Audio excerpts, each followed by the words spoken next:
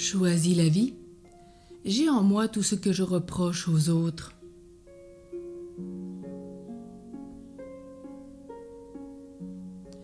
Notre vie changerait bien si nous comprenions qu'une partie, du moins, ou voire tout dans certaines situations, que nous reprochons aux autres, tout ce que nous critiquons chez eux, jugeons, condamnons, tout ce que nous ne supportons pas, peut être tout ou en partie chez nous. Si nous admettions, cela nous permettrait d'aborder les autres d'une autre façon. Sans doute ce défaut que nous voyons chez cette personne existe réellement. Mais s'il a cela en lui ou en elle, il n'est pas cela. Je m'explique. Il est urgent de ne plus dire « tu es un menteur, tu es un voleur, tu es un meurtrier ». Je prends quand même des exemples graves. Mais de dire « tu dis des mensonges ». Tu as volé des affaires. Tu as tué une personne.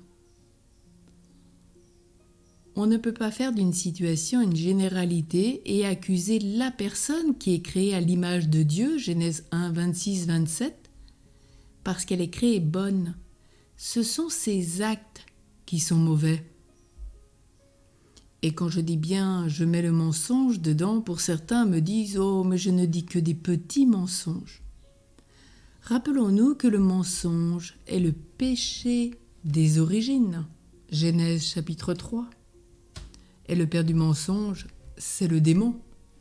Donc ce n'est pas un simple péché, car quand nous mentons, il y a rupture d'alliance avec Dieu et nos frères et sœurs.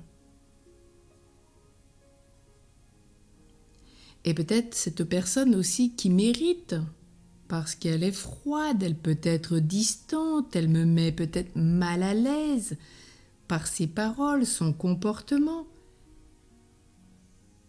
Et moi, de temps en temps, voire tout le temps, n'ai-je pas ces mêmes paroles, ces mêmes actes, comportements que cette personne qui m'irrite tant?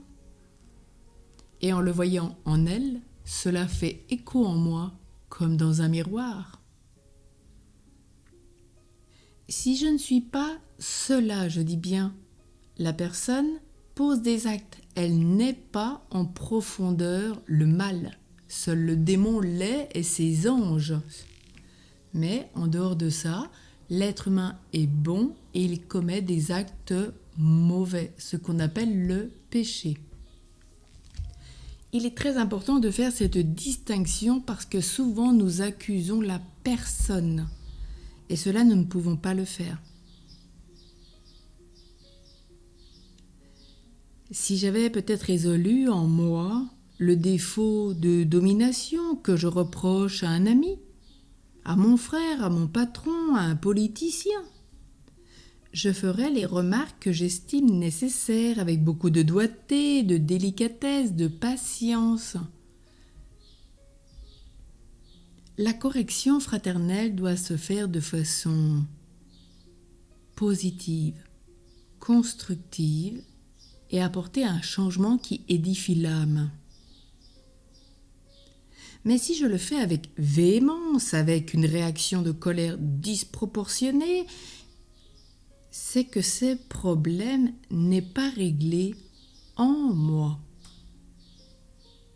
Alors je peux connaître mes blessures, mes défauts, mes fêlures, mes cassures.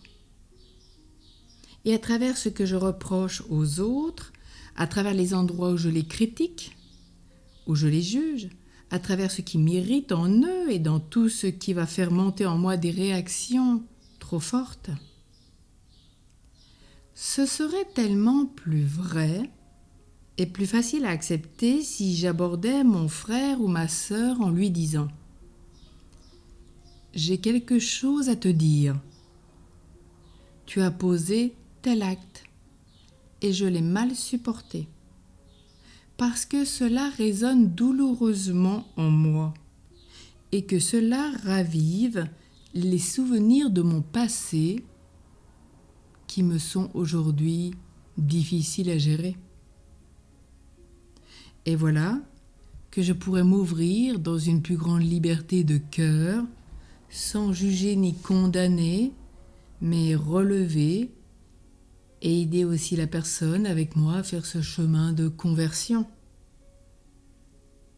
Ce que je reproche aux autres, je ne dis pas en toute chose, bien sûr, il y a des abus, des atrocités à travers le monde que je ne commets pas, mais faisons attention, il est parfois si facile de commettre de grandes choses sans s'en rendre compte. On accuse souvent des émeutiers ou des gens qui tuent les autres au nom de leur foi aujourd'hui d'être des meurtriers graves, inconscients, et je vous passerai tous les termes vulgaires qui suivent.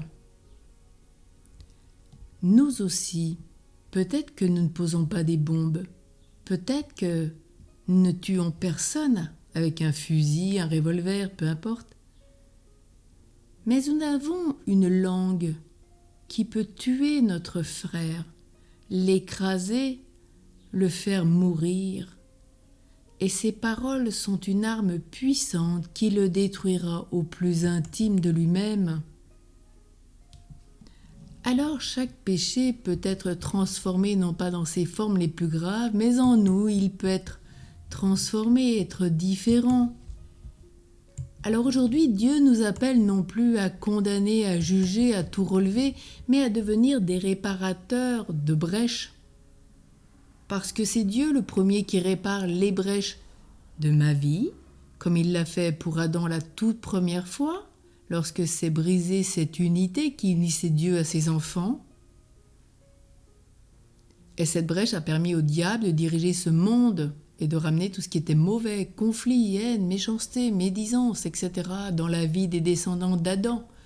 Et aujourd'hui, dans nos communautés religieuses, nos familles, dans notre État, etc., à travers le monde, et nous le voyons tous les jours, cette violence, ces conflits, ces mésententes.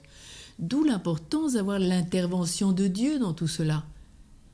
Et en donnant sa vie, Jésus il est devenu le premier réparateur des brèches et ainsi a accompli la réconciliation d'une relation entre Dieu et ses enfants, car notre relation, nous étions morts avec Dieu et nous voilà vivants avec lui, nous voilà dans cette grâce particulière. Alors nous devons aujourd'hui réparer nos brèches et être ce lieu où nous aidons les autres à réparer leurs brèches avec la grâce de Dieu. Nous devons être en premier lieu ceux qui cherchent et servent réellement Dieu dans la vérité. Peut-être prier, jeûner, souffrir, offrir. Peut-être vivre les œuvres de miséricorde corporelle et spirituelle. Être des enfants de lumière et pas pire que ceux qui nous entourent. Être de ceux qui prient, des intercesseurs et non de ceux qui critiquent. Et de savoir se taire. Jésus souvent faisait silence face au péché. Et nous devrions aussi être ceux qui méditent la parole de Dieu. Car nous savons que le démon est un lion qui rôde pour faire tomber tout être humain depuis son enfance jusqu'à sa mort. Alors aujourd'hui, soyons ces réparateurs de brèches comme le prophète Isaïe 58, 12. Ces réparateurs qui n'hésiteront pas à aller de l'avant, à aider leurs frères et sœurs, à les construire.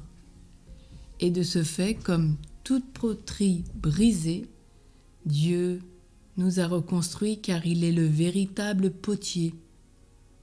Mais il ne nous reconstruit pas dans la plénitude de notre être d'origine. Il nous reconstruit avec nos souffrances, nos failles, nos difficultés, nos péchés, nos talents et tout ce que nous sommes. Et c'est pourquoi ces poteries ont une grande valeur aux yeux de Dieu, car quelles que soient nos blessures, nos fractures, tout ce qui a été cassé en nous et réparé, Dieu nous aime comme nous sommes. Alors aimons les autres comme ils sont.